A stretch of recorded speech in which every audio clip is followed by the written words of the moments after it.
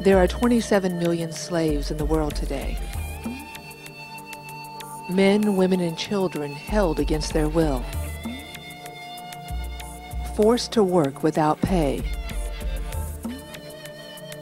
Controlled by violence every day.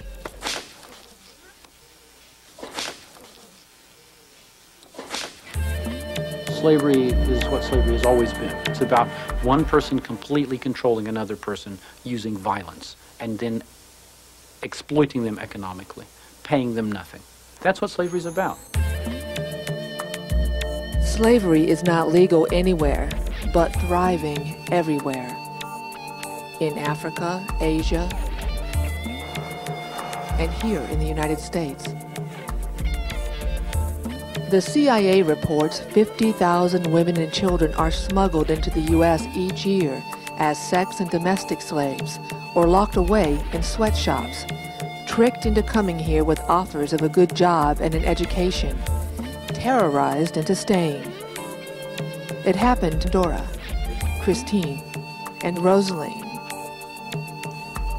I get up around like 6 o'clock, something 6:30. I go back to bed like around 2:30. I was helping her, taking care of the kids, doing everything in the house. You know, I wasn't getting paid and stuff. So I lived in the house for about 3.5 to 4 years. They used to hit me.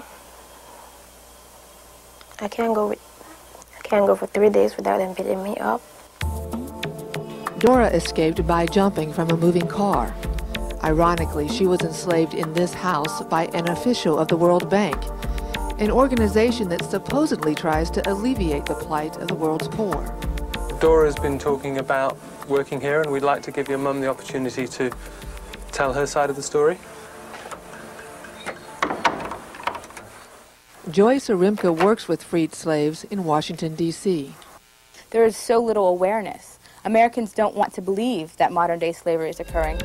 Listen, on the wind you hear their voices. On a strong wind, you can feel the sweat of their despair, fear and pain. Will you listen in the quiet of In India, thousands of children have been kidnapped by slave traders or tricked into slavery in the carpet belt. 5,000 children are missing in the poor, remote region of Bihar. My son Hero was just 6 years old when he disappeared with a cousin. When I couldn't find him, I thought I was going mad. I felt so empty inside because my child was missing. His mother, too, was going mad. Huro's been gone 5 years. He doesn't even know some of his younger brothers and sisters. Chiche's best shot at seeing his son again lies with the South Asian Coalition Against Child Servitude, or SACS. The organization rescues 3,000 children a year from slavery. SACS thinks it's found Huro. I just pray to God that my child will be found. The moment he sets eyes on me, he'll start to weep, and he won't stop. Chiche comes for the raid on the loom. you may choose to turn away, but one thing is clear. Oh, if you listen, you will hear all the voices of a million souls,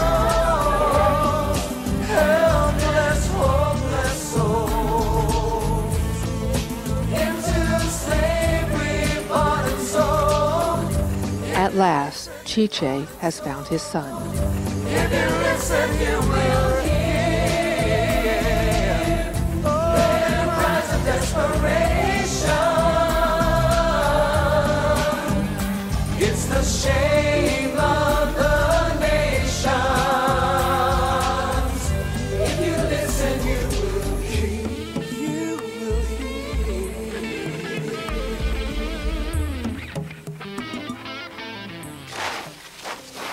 These young men are slaves in Africa. They're working on the lower end of the economic ladder. It tends to be raw materials, agriculture, basic stuff that feeds into the local economy. But all over the world, there are also slaves making things that feed into the world economy. Things like cocoa. Half the world's cocoa comes from the Ivory Coast. Many cocoa farms there use slaves, which means that some of the chocolate we eat comes from slave labor. In the old days, slaves were expensive. Today, they're cheap. There's a glut of slaves, and when you've used them, you throw them away if you don't want them anymore. They're disposable. Slaves like these men cost the equivalent of $40,000 in the Deep South during the 1850s. Today, the average slave cost $90. A local journalist in the Ivory Coast uses an undercover camera to show just how easy it is to get a good deal on people. It takes 30 minutes and about $80 to buy these two men. They come from Mali, hoping to work for a better life. Their purchase in the market turns out to be just a warning for the men who so narrowly avoided slavery. He said that if anyone escaped, he would be caught and killed. No one warned these 19 young men from Mali. They demonstrate the beatings they survived. Others weren't so lucky. They've never even tasted chocolate. When people eat chocolate, they're eating my flesh. The people watching this may think, well, why don't we just stop buying chocolate? But I have to tell you, that can actually make things worse. We have to make it clear to the multinationals that slavery is too high a price to pay for cheap goods.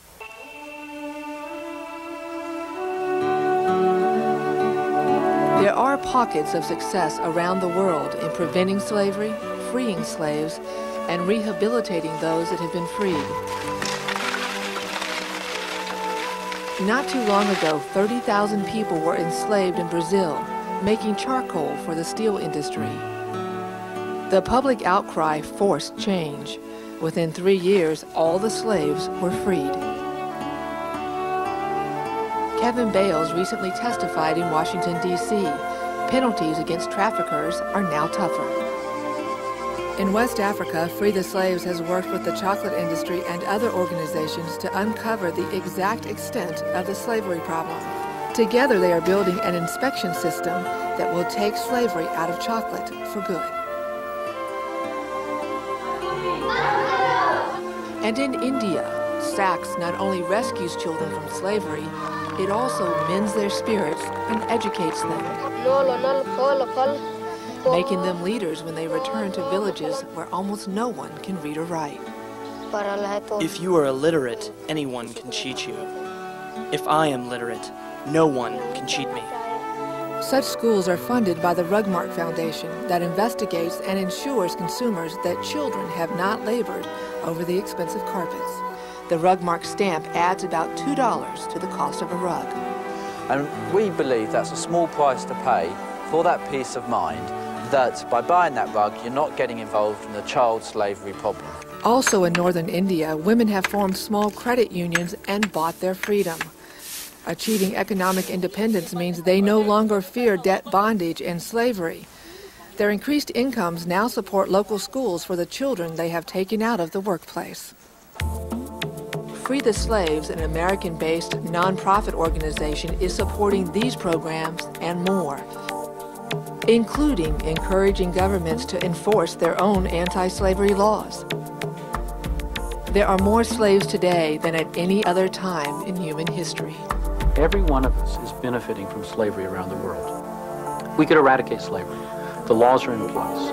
The multinationals, the World Trade Organization, the United Nations, they could end slavery. But they're not going to do it until and unless we demand that they do it. Now is the time.